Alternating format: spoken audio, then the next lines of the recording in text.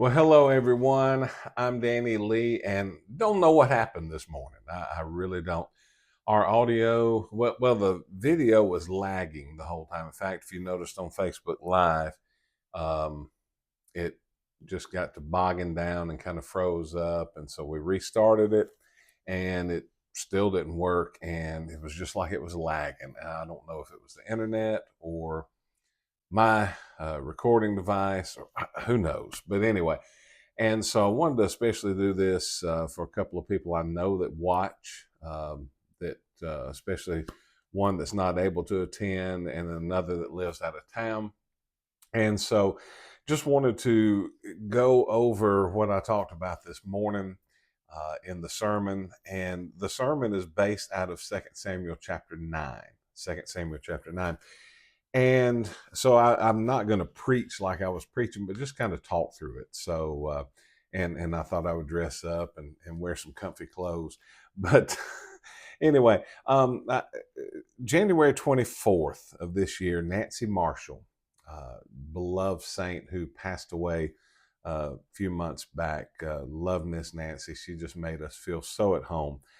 She sent a text to me and said, "You may have read this before," and it had some facts and some statements about Mephibosheth. And she said, "You may have read this before, but I wanted to share it in case you haven't. It would make a great sermon." And I put back a response that yes, I had actually preached on it before during COVID, which the irony is I had to do it on a camera similar to this back when you couldn't meet in person. But it was a beautiful picture of God's grace and God's love and God's mercy. And so, therefore, I wish Miss Nancy could have been there. Hopefully, she has got to hear it as well, because I know where she is. She is in heaven. And so, I wanted to just share some thoughts about the story of Mephibosheth. Now, a little background on the situation. Um, Remember, Saul was king of Israel. And Saul sinned a couple of times, had a couple of major sins in his life. And therefore, the prophet Samuel comes to him and says, "God is taking the kingdom away from you, and I'm going to anoint someone else," which he did. And he anointed David. And the policy would be for any kingdom at that time, especially the way that David came into the kingship. David took over the kingship, and the right thing to have done, if for a smart person of that time, would have been to eliminate all the people that could have claimed the throne later on, which would have been all of Saul's family. But Saul's son Jonathan, who was a mighty warrior, was best friends with David. In fact, they loved each other. They were just one heart with each other because they both sought after God. And so Jonathan makes, and we see this statement in the book of 1 Samuel chapter 20. It says in verse 14, it says, "If I continue to live," Jonathan's talking to David, "if I continue to live, show me kindness from the Lord. But if I die, don't ever withdraw your kindness from my household, not even when the Lord cuts off every one of David's enemies from the face of the earth." And so Jonathan and David made this covenant together, and David's basically saying, "Look, Jonathan, if you live, I will still be your friend. If you die, I will take care of, I won't wipe out your family," in other words. And so we find 2 Samuel chapter 9. And I want to just read it to you, and I'm reading the whole chapter. It says, "David asked, 'Is there anyone remaining from the family of Saul I can show kindness to for Jonathan's sake?' There was a servant of Saul's family named Ziba, and they summoned him to David. And the king said to him, 'Are you Ziba?' 'I am your servant,' he replied. So the king asked, 'Is there anyone left of Saul's family that I can show the kindness of God to?' And Ziba said to the king, 'There is still Jonathan's son who was injured in both feet.' The king asked him, 'Where is he?' And Ziba answered the king, 'You'll find him in Lodabar, in the house of Machir, son of Amiel.' And so King David had him brought from the house of Machir, son of Amiel, in Lodabar. Mephibosheth, son of Jonathan, came to David, fell face down, and paid homage. And David said, Mephibosheth. I am your servant, he replied. Mephibosheth said to David. And don't be afraid, David said to him, since I intend to show you kindness for the sake of your father Jonathan. I will restore to you all your grandfather Saul's fields, and you will always eat meals at my table. Mephibosheth paid homage and said, What is your servant that you can take interest in a dead dog like me? Then the king summoned Saul's attendant Ziba and said to him, I have given to your master's grandson all that belonged to Saul and his family. You, your sons, and your servants are to work the ground for him, and you are to bring in the crops, so your master's grandson will have food to eat.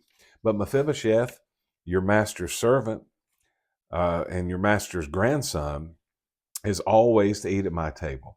Now Ziba had 15 sons and 20 servants. And Ziba said to the king, Your servant will do all my lord the king commands. So Mephibosheth ate at David's table just like one of the king's sons. Mephibosheth had a young son whose name was Micah, and all those living in Ziba's house were Mephibosheth's servants. However, Mephibosheth lived in Jerusalem because he always ate at the king's table. His feet had been injured. Now, the premise here is Mephibosheth's in exile, basically. He's in hiding in a place called Lodabar that we'll talk about in just a minute. And all of a sudden, someone shows up at his door, soldiers of the king. And I remember one time when I was teaching at Mountain View Christian Academy in Bryant. We were leaving, and everybody calls each other, all the teachers would call each other Mr. or Mrs. We wouldn't call each other by the first name. And I'm walking out, and the principal says, Mr. Lee, I'm walking out of school for the day. He says, Mr. Lee, would you see me first thing in the morning?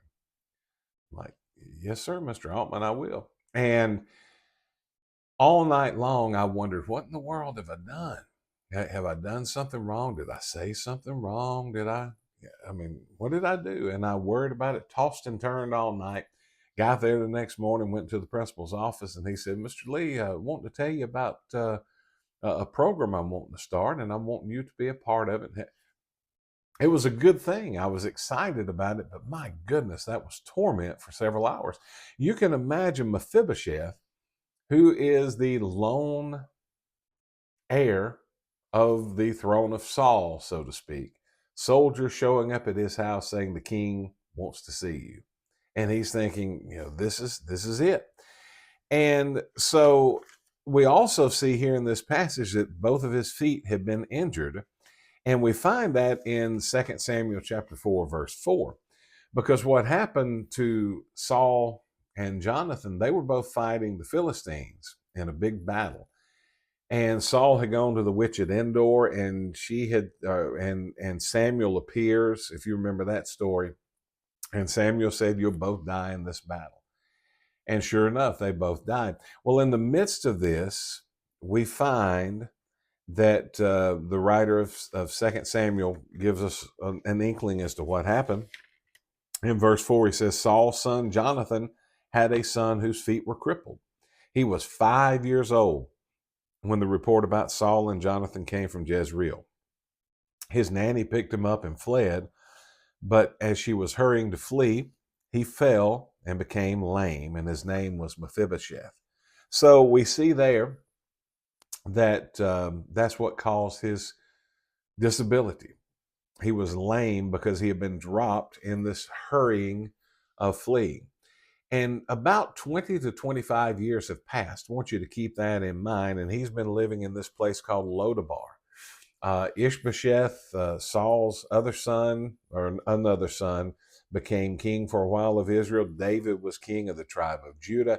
Ishbosheth, eventually, his kingdom falls apart. They make David the king. And so David is sitting around the palace, and he's remembering this promise. For some reason, it comes to mind 20 to 25 years later, because David was a man after God's own heart. And I think of all the promises that I've made at times, and I'm like, did I do that? I said I would call him. Did I call him? Did I write a letter? Did I, and David, who is a man after God's own heart, sitting there thinking, who can I show kindness to? And I promised Jonathan that I would do that. And so he asked around, and next thing you know, Ziba said, hey, I don't know. I'm sure you knew Jonathan had a kid. He's still alive. And he's probably 25 to 30 years old now. He's injured in his feet, but hey, we'll go get him. And so David summons for him. And David, because of this promise, is going to keep his word. And he summons him to the palace, and we see what happens. That David invites him to basically reside there, stay there, eat at his table for the rest of his life. And if we stop there, that's a beautiful story. And we think, man, David was a good dude. David really was. But here's some things that I want us to see on top of that, how we can apply this to our life as a Christian. And the first thing we see is where Mephibosheth was living. Mephibosheth was living in a place called Lodabar, which means a barren place. Other names for it are no pasture. In other words, it sounds like a desert. No word. In other words, they didn't have communication much. Barren place. Those are some ways to describe it. And it wasn't just the fact that he was living there, that was his existence. It was a terrible existence. Here he is, the grandson of King Saul, and yet he's living, hiding, he's poor, he's forgotten. It's pitiful. And I want us to understand that sin always leaves people in Lodabar. It always does.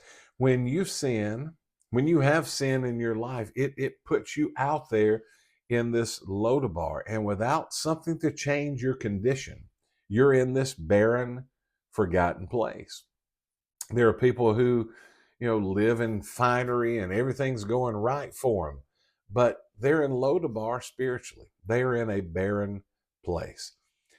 Story was shared of an elderly woman who lived in a nursing home, and every day she would look out the window of her room and hope that she would see someone pull up to come and visit her. And finally, one of the staff one day said, hey, who are you expecting to visit you? And she said, anybody. I just hope that somebody will remember I'm here and come and visit. And that's what Lodabar was like. And that's where sin left you and I. Before Christ, that's where we were. We were waiting. We were forgotten. We were exiled. We were poor spiritually. But one day, Christ in my life, because I was in Lodabar, Christ sent for me and brought me out of that barren existence. The King of all glory made a way for me to come from that barren place to be able to sit at his table. The next thing I want you to do, to understand, is that he brought nothing to the table, absolutely nothing to the table. David doesn't say, hey, Mephibosheth, what you going to do for me? Because the answer would have been nothing. Mephibosheth was lame. He was disabled. He was crippled, as we used to say. He couldn't fight in the army, so that's out. He couldn't farm. He couldn't be a shepherd. He couldn't do any of those things. He was disabled. He couldn't repay David in any way. He was poor. He had lost everything because of the situation. He couldn't improve David's kingdom one bit. He brought absolutely nothing. And we see that even Mephibosheth recognizes that in verse 8 that we read. Mephibosheth paid homage and said, what is your servant that you take an interest in a dead dog like me? And that's you and I. We don't bring a thing to the table. I don't care if you preach, teach, sing, look good, have a big bank account, tithe, give to the poor. Doesn't matter. We don't bring a thing to God's kingdom other than ourselves. God sees our value because of his love and mercy, because we're his creations. That's all we bring. And I guarantee you, I didn't bring a thing to God's kingdom. There's not a thing I can do for God. God owns it all. He can do whatever. I talked about the old hymn that says, would he devote that sacred head? And the old hymn writer put, for such a worm as I. We've kind of cleaned it up and put, for sinners such as I. But that's what we were. We were worms. We were nothing. without God. We don't bring anything to the table. But God loves us nonetheless and lets us sit at his table. And that's the shape that Mephibosheth was in. He brought nothing to the kingdom. And here are all these royal people sitting around, and all of these great soldiers and other kings, I'm sure, and they would have these feasts, and everybody's like, why is he here? What's the story there with that guy over there? He's here. He's here because the king wants him here. Why am I a Christian?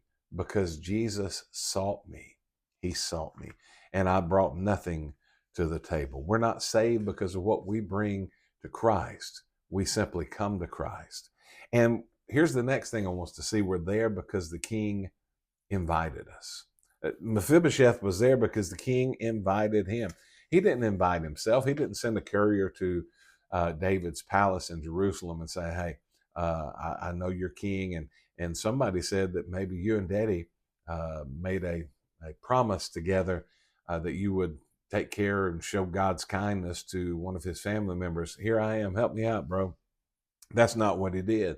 In fact, right the opposite. I go back to that fear, that trepidation that Mephibosheth would have when soldiers arrived at his tent and knocked on the door, and he's thinking, here it goes. It's my time. I made it 20, 25 years. That's more than I thought I would. And the same footsteps that sounded like judgment, they were actually bringing mercy to him. It's like the story of a guy getting a letter from the IRS. It was a certified letter. He was scared to death to open it. He's thinking, I'm getting audited. I'm getting audited. And he opened it up and it was his tax return. They just wanted to make sure he got it. Fear sometimes turns into great blessing. And that is the reason I am a Christian today, because the King invited me. Jesus invited me. Listen to the words of Matthew 11:28. Come to me, all of you who are weary and burdened, and I will give you rest. Come to me. That's what the Savior said. Come to me. That's why we are part of the kingdom, because we were invited. That's why Mephibosheth was there at the king's table, because of an invitation. And I'm thankful for that invitation. The last thing I want us to see is the covenant changed everything. David did not do this because of Mephibosheth. He probably, if we look at history, he probably knew Jonathan had a son. He may have even heard that he had a son. But he didn't know Mephibosheth.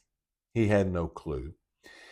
He was doing this because he had made a pact, a promise with Jonathan, and he's carrying it out. He's carrying it out. Mephibosheth didn't make it. David made the covenant, and that's us. Jesus was on a cross. We weren't even born, yet Jesus hung on the cross and died for us. And with his arms stretched out, whosoever will may come. That's the picture we get from that. For God so loved the world that he gave his only begotten Son, that whosoever shall believeth in him should not perish, but have everlasting life. It was a covenant that God made whereby we could be saved. And David gives him everything. David gives him a new home. David gives him a new future. David gives him a new inheritance. He gives him a new identity, and he gives him a permanent seat at the table. Does that sound familiar? Because of Christ, I have a home in heaven one of these days. I have a new future. My life is different because of Christ. I have a new inheritance. I am joint heirs with Jesus. I have a new identity. I'm a new creature. I'm different. I'm changed. And I have a permanent seat at Christ's table. Through Christ, I have all of those things. And we worry about it. We struggle about it. But this covenant is there. It's done. A little boy was adopted, and the first few weeks he was there. Every time he sat at supper, if they had loaf bread, if they had homemade bread, if they had rolls or biscuits or whatever, he would take one and he would stuff it, and he would put one in his pocket. And his adoptive parents would notice this. And his mom came to him one day and said, "Why do you do that?" He said, because I'm not sure when this will end. I don't know if I'll get my next meal. And she said, son, as long as you're in this family, you'll never have to worry about another meal. And there are a lot of Christians that are walking around stuffing their pockets. They're afraid that God will stop loving them. They're afraid that the grace that God gives will run out, or that the king's table will run empty. That's not the case. God made a covenant through Christ on the cross that totally changed us. It changed our lives. His feet were crippled. His legs wouldn't work, and they kept not working.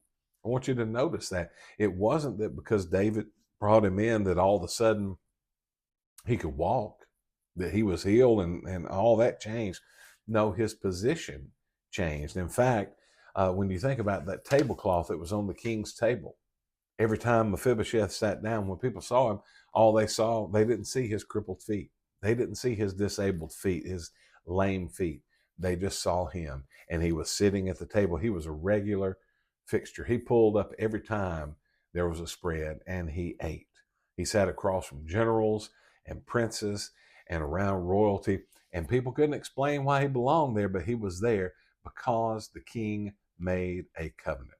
I can't explain why God chose to save me. I don't understand it to this day, but I'm there because a covenant was made, and I'm thankful for it. Some of us are still living in Lodabar. Some of us are still there. There are people out there that won't accept God's grace, that they get that invitation and they're scared to death. Well, maybe it's a trick. Maybe God doesn't love me, and this. No. If you're living in Lodabar, you have an opportunity today, right now, this very moment, to be seated at the king's table, to know Christ. If you're living in that barren place, if you're still hiding, you're still ashamed, you're still believing that your last things that you did, or things that you did a decade ago, that they're still defining you, that's not true. The king is calling your name, not because you're worthy, but because he made a covenant, and he sends an invite. Jesus wants you to sit at his table. He wants you to be a part of the kingdom. And so if you're not saved, today should be the day. Make that decision to sit at Jesus' table, to be a part of his fellowship, to be a part of his kingdom, to follow him, to be his disciple.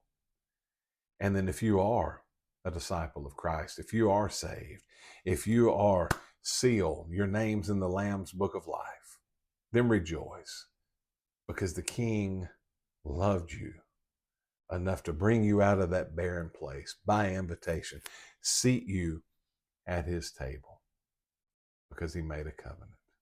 How thankful we should be. May God bless you. Thank you for watching.